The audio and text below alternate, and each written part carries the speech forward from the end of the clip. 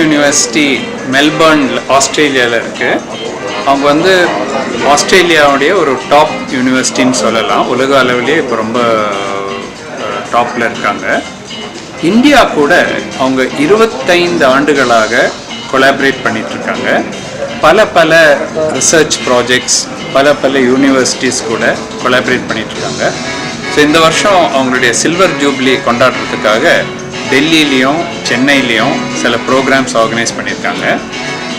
சென்னையில் வந்து 2 இடத்துல, ஒன்று வந்து ஐஐடி மெட்ராஸில் இன்றைக்கி ஒரு செமினார் வச்சுருக்காங்க. நாங்கள் வந்து டாக்டர் மோகன்ஸ் டயபெட்டிஸ் ஸ்பெஷாலிட்டி சென்டரில் இருந்தோம், மெட்ராஸ் டயபெட்டிஸ் ரிசர்ச் ஃபவுண்டேஷனில் இருந்தோம். டீக்கன் யூனிவர்சிட்டி கூட 5 வருஷமாக கொலாபரேட் பண்ணிகிட்ருக்கோம். என்ன பண்ணிகிட்ருக்கோன்னு கேட்டிங்கன்னா, முதல் முறையாக டீக்கன் யூனிவர்சிட்டி எங்கள் பிஹெச்டி ஸ்டூடெண்ட்ஸுக்கு ஒரு ஆப்பர்ச்சுனிட்டி கொடுத்துருக்காங்க. இங்கே சென்னையில் எங்கள் சென்டரில் ஒர்க் பண்ணிவிட்டு பிஹெச்டி டிகிரி பட்டம் வந்து டீக்கன் யூனிவர்சிட்டியிலேருந்து மெல்பர்ன் ஆஸ்திரேலியாவிலேருந்து வாங்கலாம். அது மாத்திரம் இல்லை, அவங்க வந்து ரொம்ப கைண்டாக வந்து ஃபீஸை வந்து கம்ப்ளீட்டாக ஒதுக்கிட்டு ஃபீஸ் பே பண்ண வேண்டியதே இல்லை. ஒரு ஸ்டூடெண்ட்டுக்கு அங்கே போய் 3 மாதம் 6 மாதம் வரலும் ஸ்பெண்ட் பண்ணுறதுக்கு கற்றுக்கிறதுக்காக அதுக்கு அவங்க பே பண்ணிவிட்டு, இது மாதிரி ரொம்ப அட்வான்டேஜஸாக இருக்குது. வேறு ஒரு ஃபாரின் யூனிவர்சிட்டி இது மாதிரி பண்ணதில்லை. ஸோ கிட்டத்தட்ட 3 பிஹெச்டி ஸ்டூடெண்ட்ஸ் வந்து கம்ப்ளீட் பண்ணிட்டாங்க. பிஹெச்டி ஸ்டடீஸுக்கு முன்னாடி பட்டம் வாங்குற ஸ்டேஜில் இருக்காங்க. இன்னொரு 3-4 ஸ்டூடெண்ட்ஸ் வந்து இப்போது இது பிஹெச்டி பண்ணிகிட்ருக்காங்க. அது தவிர 2 வருஷம் முன்னாடி ஒரு புது கோர்ஸ், ஒரு டயபெட்டிஸ் நர்ஸ் எஜுகேட்டர்ஸ் கோர்ஸ் சொல்லி ஒரு கோர்ஸ் வந்து இந்த மாதிரி ஒரு கோர்ஸ் இந்தியாவில் கிடையாது. முதல் முறையாக டீக்கன் யூனிவர்சிட்டி வந்து எங்கள் கூட சேர்ந்து இந்த கோர்ஸை வந்து கண்டக்ட் பண்ணியிருக்காங்க. 30 நர்சஸ் வந்து இந்த டிப்ளமா வந்து கம்ப்ளீட் பண்ணியிருக்காங்க. இன்னொரு 15 பேர் இப்போ ஜாயின் பண்ணியிருக்காங்க.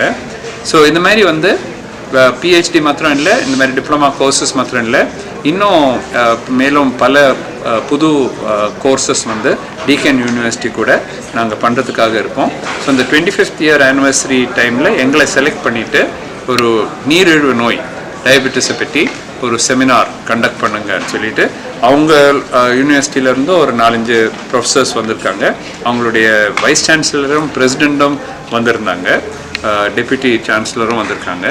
சென்னையிலேருந்து இப்போ எங்கள் சென்ட்ரலில் மாத்திரம் இல்லை, மற்ற யூனிவர்சிட்டிஸ்லேருந்தும் ராமச்சந்திரா மெடிக்கல் காலேஜ், SRM, மற்ற காலேஜஸ்லேருந்து கூட நிறைய பேர் வந்து இந்த செமினாரில் பார்ட்டிசிபேட் பண்ணி நீரிழிவு நோய் எதனால் இந்தியாவில் வருது, அதை எப்படி தடுக்கிறது, எப்படி கட்டுப்பாடில் வைக்கிறது, எப்படி நீண்ட நாள் ஆரோக்கியத்தினுடன் காம்ப்ளிகேஷன்ஸ் இல்லாமல் சிக்கல்கள் இல்லாமல் வாழ வேண்டும், இதெல்லாம் வந்து இந்த செமினாரில் இன்றைக்கி டிஸ்கஸ் பண்ணியிருக்கோம். But the point I'm trying to make about in the slide is that if I were to do this study in Australia, we've done it in many other collaborations in Denmark, the US, we find that diabetes only starts at like what, 45-50 years of age? But look at India, the starting point of diabetes in the age group of 25 to 34 years. So we have a shift to the left by at least 2 decades as compared to any Caucasian population. So this is a huge worry because we do know that diabetes goes undiagnosed. After it's diagnosed, it's oftentimes uncontrolled. 10 years or so from diagnosis, complications start setting in, and 10 years about-ish from then you start having end-stage disease. So imagine somebody who's diagnosed at 25 or 30, by the time they're 50, they're possibly on dialysis, meaning a transplant, having heart attack. So this is an active young adult population at risk of disease and morbidity. What about the ratio of self-reported to newly diagnosed? Don't worry about the numbers. Suffice to say that for every individual who is diagnosed in this country, there's at least one person who is not diagnosed. That tells you how much more this disease is going to spread and how much more of a problem this is going to be in India. What about glycemic control? Does everybody who has diabetes have an A1C of less than 7? Well, of course not. Okay, so this shows you the number of people with an A1C of less than 7, and that's green. And you can see, irrespective of whether you're in an urban area, whether you're in a rural area, only about 30%, a third of our diabetics have their glucoses under control. And this is very much the same across the world. We are no different. What about management? Well, SMBG is not something that is commonly done. There are huge issues regarding cost and things in India, only about 15% of the urban population and less than 10%. This is a question which we are often asked. Is it genes? Is it environment? Is it both? Quick answer, we don't know all the answers, but we do have some solutions. We're finding new answers all the time. There's something called as the Asian Indian phenotype, which has been described for quite some time now. We call it also the South Asian phenotype. It is also common to Pakistan and Bangladesh and Sri Lanka and so on. And this consists of several factors. Some of them are listed here. The list is not complete.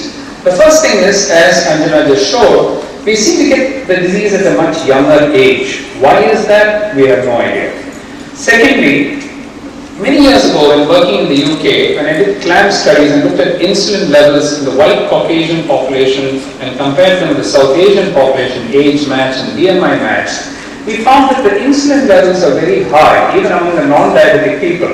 And this seems to burn out their insulin fast, and therefore we become diabetic. And so there's also a lower threshold for BMI. You don't have to be obese to get diabetes in our country. Most people are thin, increased insulin levels. More recently, we have shown a rapid decline in beta cell function.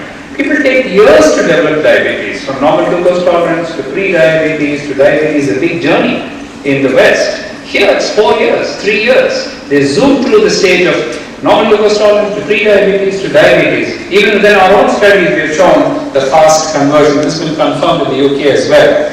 We have a characteristic dyslipidemia, low HDL. Practically the whole population sitting here, there's room for check your HDL levels. Probably very few would have more than 50 milligrams. And if I check the HDL of the Westerners sitting here, the white population sitting here, we'll all have HDLs above 50.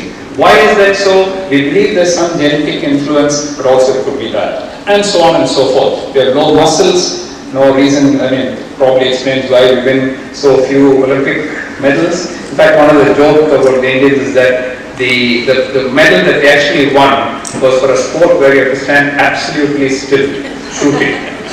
Absolutely still, and then you get a medal. So we have a lot of things which are unexplained. I'm not going to belabor this more. But there are simple things as well. If you just look at one item, and that's rice, the amount of carbs that we take in our diet, and I presented this at the ADA, I think Kathryn was there. If you just divide Chennai into 4 quartiles based on the amount of carbs that you take, the first quartile being about 200 grams, the fourth quartile being 400 grams. There's a 4 times increase in prevalence of diabetes, given that this is cross-sectional studies, there could be confounders, but we have adjusted for almost all the confounders we can think of. And now in our incidence studies, we are showing the same thing. We have some new data coming out from the PURE study, where again we are confirming the same thing.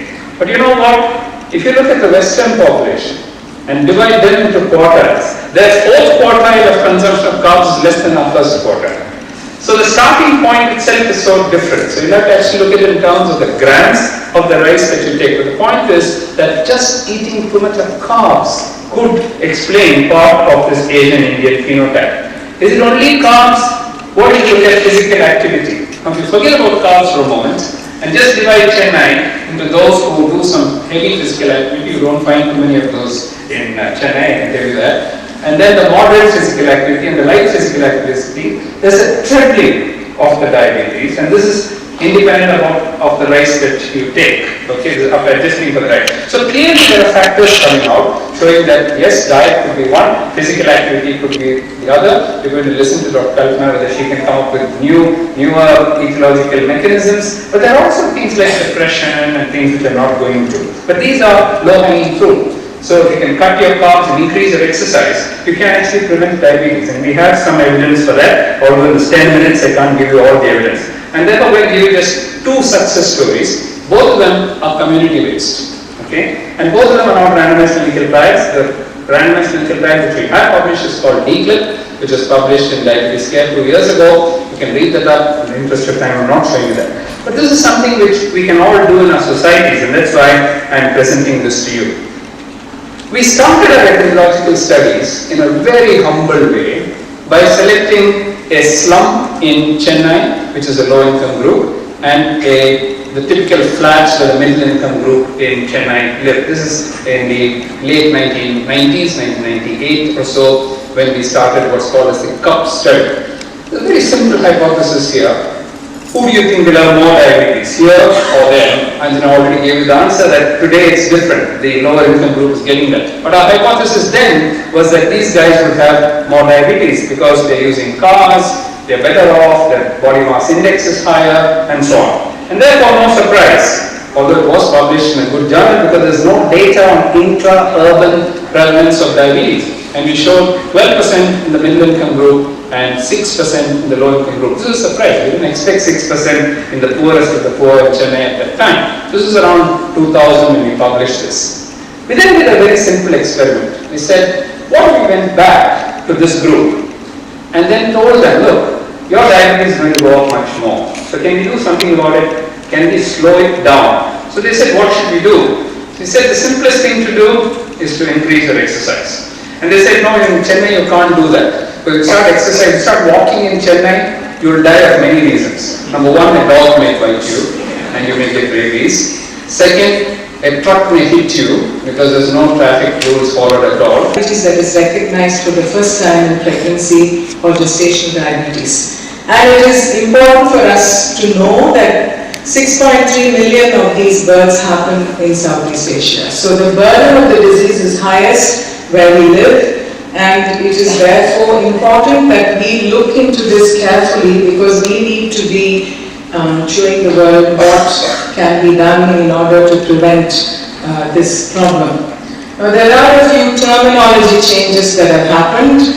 Gestational diabetes is currently being called as hyperglycemia in pregnancy, and as we know, when we say that it is defined as the onset or first recognition of abnormal glucose tolerance in pregnancy, within that basket you will have some women with pre-existing diabetes who are not picked up before and identified for the first time in pregnancy. And then you have those women who develop pregnancy-induced hyperglycemia because they have, do not have the ability to increase their insulin production, to overcome insulin resistance, which is inherent to any pregnancy because of the hormonal changes. Now, it's interesting that we are talking here with a large group of Australians, because 2 decades ago, people were actually questioning whether gestational diabetes was indeed a clinical condition that deserved medical attention. And if it wasn't for the ACOIS trial in 2005, which clearly showed that GDM